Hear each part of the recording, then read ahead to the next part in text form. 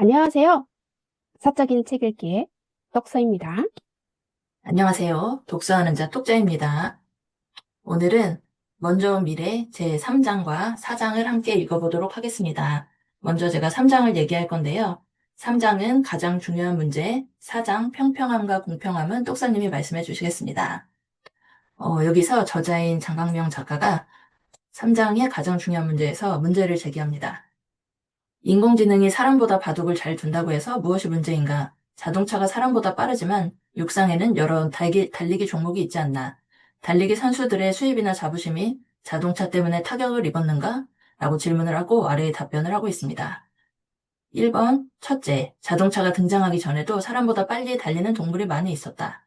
둘째, 많은 사람이 인간다움은 신체 능력보다 사고 능력과 더 관련이 있다고 믿는다. 인간 종의 장점에 대해서도 그렇게 생각한다. 셋째, 자동차가 사람이 달리는 방식을 바꾸지는 않았다. 넷째, 사람이 자동차에게 달리는 법을 배우지는 않는다입니다. 자동차나 같은 물건은 사실 물건이기 때문에 기술이 발달하면 할수록 우리의 삶을 편하게 해주는 존재인데 어떤 존재가 나타나서 나의 사고 능력이 부족하다고 이야기하거나 넌 다른 방식을 해야 돼. 아니면 이렇게 해야 돼라고 가르쳐 준다고 하면 어떤 기분일까요? 이걸 이제 바둑계에서 느낄 수 있어서 좀 이야기를 해주시는데요. 다음 주제의 이야기는 이전의 책들은 모두 폐기해야 해요입니다. 보통 어린아이가 바둑을 처음 배울 때는 수학 공식을 외우듯이 정석을 배우고 익힌다고 하더라고요. 그래서 1985년생인 조혜연 구단 같은 경우에는 정석을 3만 개를 외웠는데 10년 전에 75년생은 정석 2만 개를 배웠다고 합니다. 이렇게 갈수록 정석의 수가 많아져서 이제 바둑계 내에서도 창의성이 사라지는 게 아닌가라고 좀 걱정을 했었다고 하는데 바둑 같은 경우에 연구생은 이제 실전을 통해서 배웠고 실력이 뛰어난 상대에게 지도 대국을 하면서 배우고 또 비슷한 수준의 연구생들과는 끊임없이 승부를 겨루면서 바둑을 배웠습니다. 또한 고수들의 기보를 따라하면서 감각을 익히고 자신이 둔 바둑을 복귀하면서 실수를 확인하고 더 나은 수를 연구했는데요. 한중일 신예대항전이라고 있는데 이것은 대회이면서 일종의 합동수련회였다고 합니다. 바둑 같은 경우는 이 기보, 정석 이런 걸 외워야 되기 때문에 뭐 바둑 프로 구단이 엄청 제일 잘하는 분들인데 이렇게 되려면 사실 개인의 능력도 중요하지만 얼마나 어린 나이에 바둑을 시작했는지 그리고 또 어떤 사람에게 배웠는지 이제 그런 게 영향을 미쳤다고 합니다.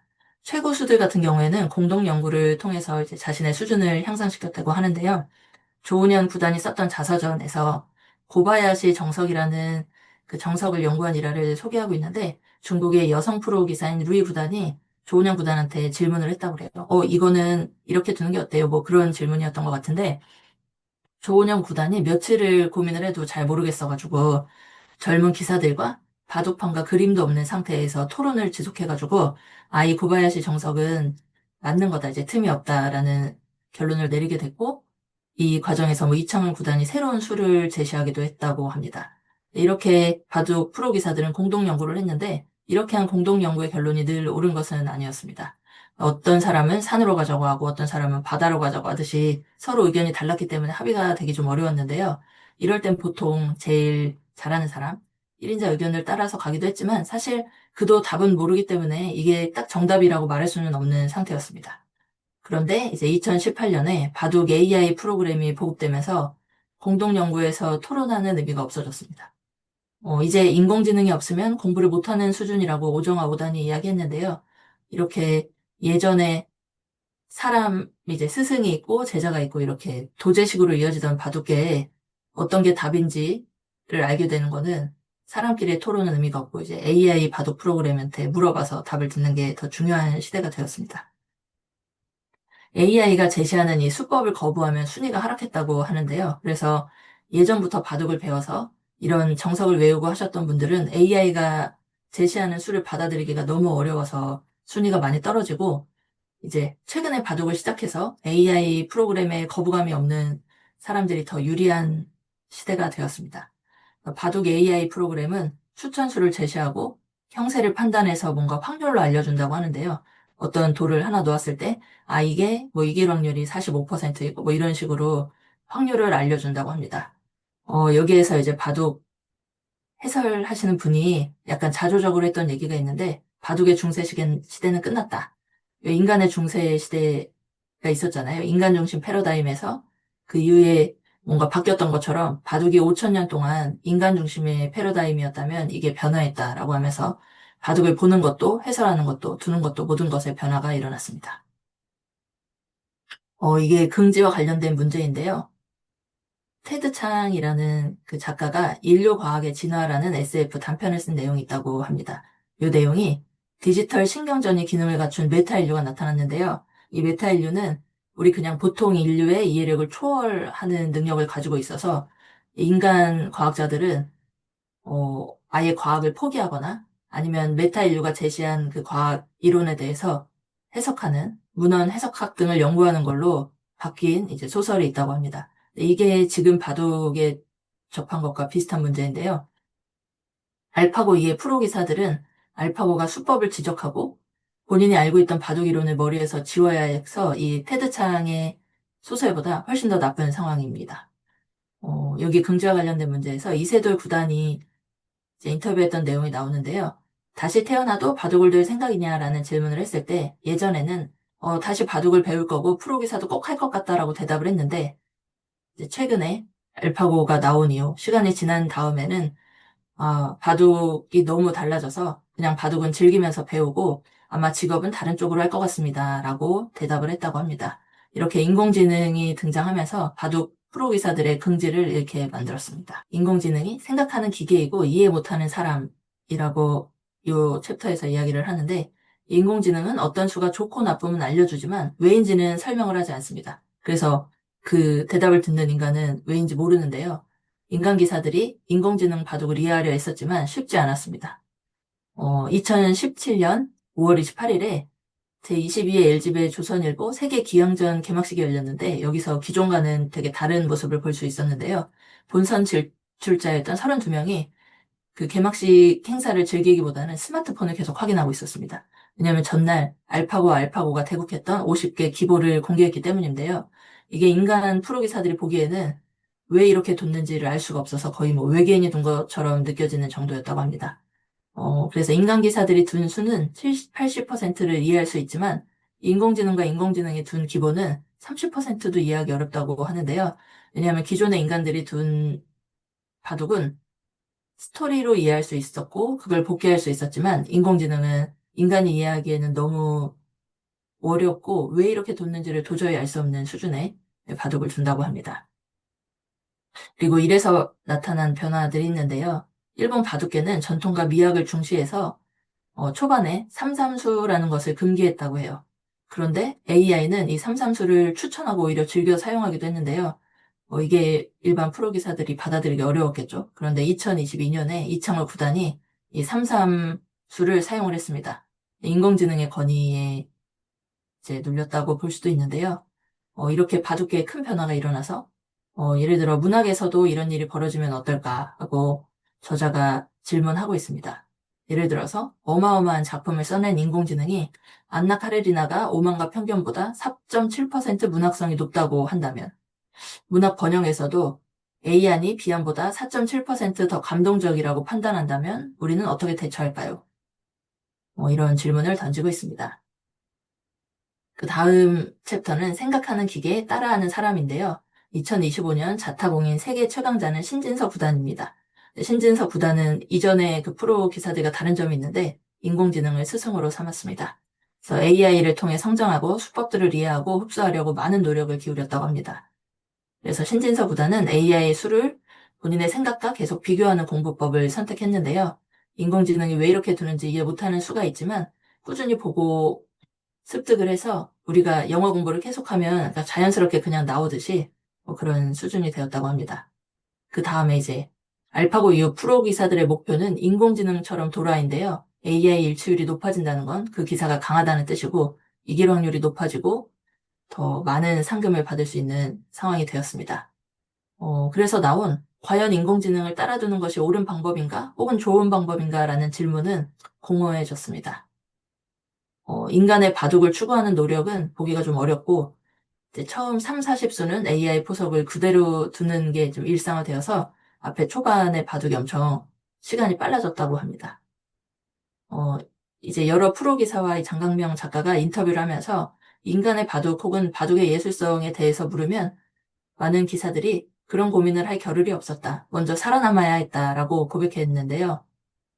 이거는 뭐 만약 소설을 사람처럼 잘 쓰는 인공지능이 나타난다고 하면 문학계도 마찬가지일 것입니다. 인공지능이 그 분야에 어떤 영향을 미칠 것인가 같은 질문은 인공지능이 나타나기 전까지만 할 수 있습니다. 어느 업계에서 인공지능을 활용하기 시작하면 그 업계 사람들은 혜택을 똑같이 누릴 수 있지 않죠. 그래서 그렇지 않다고 하면 누가 인공지능의 혜택을 누리게 될지 예측할 수 있을까라고 하면서 이 중요한 문제 제기를 하고 있습니다. 이렇게 바둑계에 나타난 것처럼 인공지능이 나타나서 인공지능이 두는 수가 내 승률을 높여준다고 하면 그게 옳은지 그른지에 대한 가치 판단은 의미가 없어지고 누가 먼저 그것을 따라하는지가 훨씬 그 업계에서 살아남는데 도움을 주게 되는 것이죠. 네, 여기까지가 3장이었고요. 4장은 독사님이 말씀해 주시겠습니다. 4장 평평함과 공평함. 제일 처음에 2호승 3단 얘기가 나와요. 랭킹 110이었던 2호선 구단이 갑자기 대반전을 일으키는 내용인데요. 2호승 3단은 26세라는 늦은 나이에 입단을 했어요. 그래서 2019년 초까지 한국 랭킹 110이었습니다. 그랬던 그가 2019년 GX 칼텍스배에서 당시 랭킹 1위였던 박정환 구단과 4위 신민중 구단을 꺾으며 8연승의 돌풍을 일으켰습니다. 이렇게 늦은 나이에 정상급 기사를 꺾을 수 있다는 건 예전에는 감히 상상도 못했던 일입니다. 근데 그가 이렇게 치고 올라왔던 이유가 뭔가 봤더니 바로 AI를 활용해서 공부를 했다고 합니다. 그는 2018년 말부터 보급된 바둑 AI 프로그램을 활용해서 자가학습을 시작했고요. 온라인 대국을 분석을 했어요. 다른 프로 기사들이 온라인에서 두는 바둑을 실시간으로 지켜보며 인공지능이 추천하는 수, 즉 AI가 추천하는 수와 실제 기사들의 수를 비교하면서 공부를 했고요. 그 과정에서 인류 기사들의 허점을 발견했습니다. 공부 과정에서 박정환, 신진서, 이세돌 같은 초인류 기사들조차 AI 추천수로 완벽히 맞추지 못한다는 사실을 깨달았고요. 그리고 자신의 가장 큰 약점이었던 포석을 강화하기 시작했습니다. 방금 앞전에서 똑자님이 과거에 바둑 기사들은 6세 이전에 어린 나이에 바둑에 입문을 해야 그 초반 포석 감각을 익힐 수 있다라고 얘기를 했는데요. 그만큼 늦게 입단한 사람들은 이 초반 포석이 약했기 때문에 불리할 수밖에 없었습니다. 그래서 과거에 천재적 직관이 필요한 초반 포석에서 중하위권 기사들이 불리할 수밖에 없었고요. 그런데 이 AI를 통해서 최신 포석 수법을 집에서 혼자 연구하면서 이 정보의 격차를 극복했다고 합니다. 그리고 심리적 안정감을 획득을 했는데요. 이제 온라인 대국을 보면서 초인류 기사들도 AI보다 세진 않구나 라는 사실을 확인한 후에 이 바둑은 심리전이라고 하는데요. 심리에서 벌써 저 사람이 나보다 세다라는 인식을 하면 이길 수가 없다고 하더라고요. 그런데 이제 이런 심리적으로 저 사람은 AI보다 세진 않아 라고 생각을 하니까 정상의 기사를 만나도 긴장하지 않는 멘탈을 갖게 되었다고 합니다. 정보의 민주화인데요. 과거 엘리트 기자들은 공동연구회에 가입을 해서 그들만이 서로 토론을 하고 어떻게 하면 여기에서 어떤 수를 쓰면 이길 수 있을까라는 연구를 통해서 자신들의 정보를 업그레이드 했는데요. 이제는 그 공동연구에 소속되지 않아도 AI를 통해서 얼마든지 훨씬 더 좋은 정보를 평등하게 접근할 수 있게 된 거죠. 그래서 노력만 한다면 성적을 낼 수 있는 환경이 조성되었다고 합니다. 평평해지다, 천재형과 노력형. 어느 업계나 천재형이냐, 노력형이냐를 두고 말들이 많은데 특히나 이 바둑계는 더 그런 말들이 많다고 해요. 그리고 바둑계는 천재형을 더 가치를 뒀어요. 그런데 이제 이 AI가 들어오면서 천재형은 몰락하고 노력형은 역습하는 현상이 나타나고 있습니다. 왜 그런가 보면 바로 포석의 규칙 파괴가 일어났기 때문입니다. 과거 천재형과 노력형의 격차가 가장 컸던 지점이 바로 초반 포석이었어요. 그런데 이 AI가 이 포석의 규칙을 뒤엎으며 직관이 부족했던 노력형 기사들에게 커다란 도움을 줬습니다. 포석 감각이 독보적이었던 천재형 기사 커제 구단이 가장 분리했는데요. 반면에 이 노력형 기사들은 이 AI의 포석을 보면서 자기들이 익힐 수 있었기 때문에 이 변화를 두 손 들어서 환영했다고 합니다. 이희성 구단은 8년 동안 바둑을 다시 배운 느낌이라고 얘기를 했는데요. 과거에 엘리트 기사들이 모이는 공동 연구에 나가야지만 최신 정보를 얻을 수 있었는데 이제는 AI를 통해서 혼자서도 더 깊이 공부할 수 있게 되었다고 합니다. 제 개인이 노력만 하면 정말 얼마든지 실력을 업그레이드 할 수 있는 세상이 되었다고 합니다. 스스로를 노력형이라 부르는 이희성보다는 AI 덕분에 공부가 훨씬 더 편해졌고 바둑이 다시 재밌어졌다고 합니다. 그는 바둑 인생 30년 중 최근 8년이 가장 신기하고 즐겁다며 AI가 보여주는 무궁무진한 세계에 감탄하고 있다고 합니다. 그리고 최명훈 구단은 망망대회에서 고지를 발견한 것 같다라고 얘기를 했는데요. 이분도 정말 노력형이었는데 예전에는 하루에 10시간 이상 그 고수들의 기보를 보면서 그 고수가 왜 이 수를 이렇게 뒀을지 하고 추측을 했대요. 근데 아무도 모르죠, 그게. 그냥 추측을 할 뿐이니까 이런 공부 방식은 매우 비효율적이었다고 얘기를 합니다. 그런데 이제 AI가 어디에 어느 수를 두면 몇 프로의 확률로 이길 수 있다. 이렇게 아주 구체적으로 명확하게 알려주니까 너무 좋은 거예요. 그래서 최명훈 구단은 목표가 보이지 않는 공부가 가장 힘들었다고 얘기를 하면서 이제는 후배들에게 열심히만 하면 얼마든지 성적을 낼 수 있는 정말 좋은 시대가 왔다. 라고 하면서 AI가 가져온 기회를 긍정했다고 합니다. 이제 성별 격차의 감소도 이루어졌는데요. AI 도입 후에 인간 기사들 사이의 실력 격차는 인공지능에 비하면 거기서 거기라는 인식이 생길 정도로 좁아졌고요. 특히 여성 기사들의 도약이 두드러졌다고 합니다. 남성에 비해서 여자 기사들은 초반 포석이 약했다고 해요. 그런데 AI를 통해서 그 초반 포석을 강화할 수 있었다고 합니다.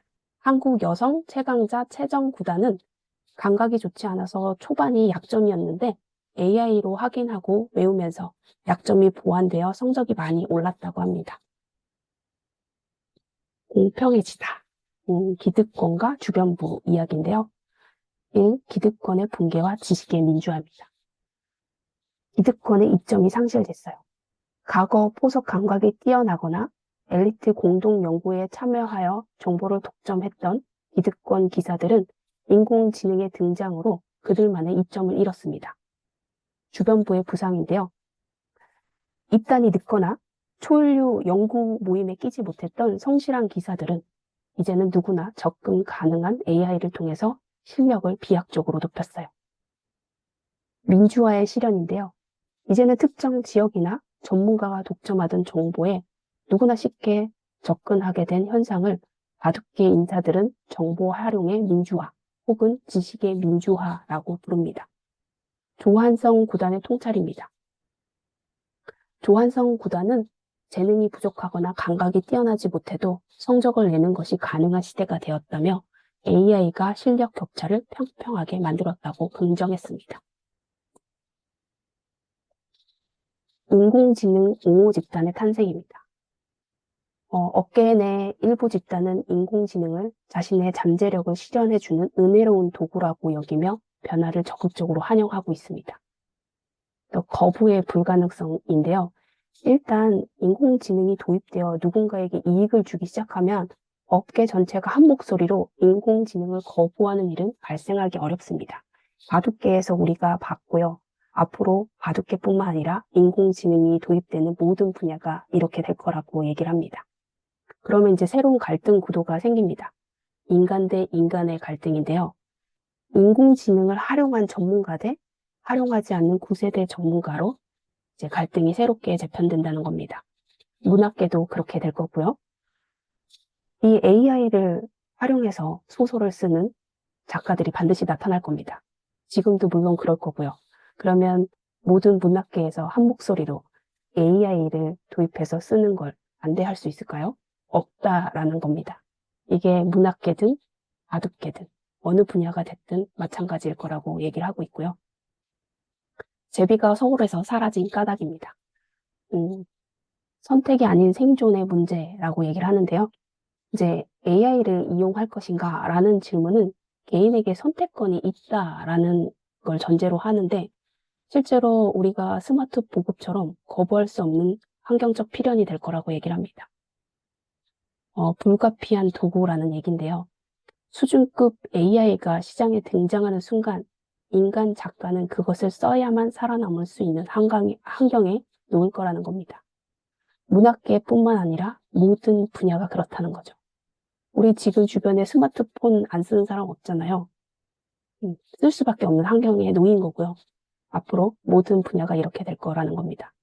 그렇게 환경이 변화한다라는 얘기고요. 그 예로 이제 제비와 비둘기를 예를 들고 있습니다. 이 작가가 서울에서 1975년에 태어났는데 그때 당시에는 제비가 아주 흔했대요. 그런데 지금은 제비를 볼 수가 없죠. 왜 제비가 사라졌냐면 바로 한옥이 사라졌기 때문입니다. 콘크리트 빌딩, 아파트가 지어지면서 이제 제비가 살 수 있는 환경이 없어진 거예요. 반면에 비둘기는 번성을 했죠. 왜냐하면 비둘기는 고층 빌딩에서 살 수 있고 그리고 음식물 쓰레기라는 먹잇감도 풍부하기 때문에 이 도시에서 아주 적합하게 생존할 수 있었던 거죠. 이건 바로 의도치 않은 결과라는 얘기입니다. 인간이 딱히 제비를 혐오하거나 비둘기를 선호해서 만든 결과가 아니듯이 새로운 환경은 누군가에게는 유리하고 누군가에게는 불리하게 작용할 겁니다. 이제 A의 환경에서의 인간을 보면 예측 불가능하대요. AI 개발자의 의도와 상관없이 이 환경은 구체적으로 누구에게 유리하기도 하고 불리하기도 할 건데 지금의 단계에서는 예측을 할 수가 없다는 거예요. 어쩌면 AI가 인간 작가나 학자보다 더 통찰력 있게 세계를 읽어내기 시작하면 인간은 AI를 돕는 조수가 될지도 모른다고 합니다. 아무도 그건 모르는 일이고요. 그리고 AI는 과거의 스마트폰이나 소셜미디어가 일으킨 변화보다 훨씬 거대하고 모든 기술을 집어삼키는 환경 그 자체가 될 거기 때문에 지금 자신은 어떻게 될지 예측할 수가 없다. 하지만 어마어마한 변화가 일어날 거고 누군가는 유리하고 누군가는 불리하게 될 거라고 얘기를 합니다. 네, 저는 여기까지입니다. 다음 시간에 또 만나요. 안녕.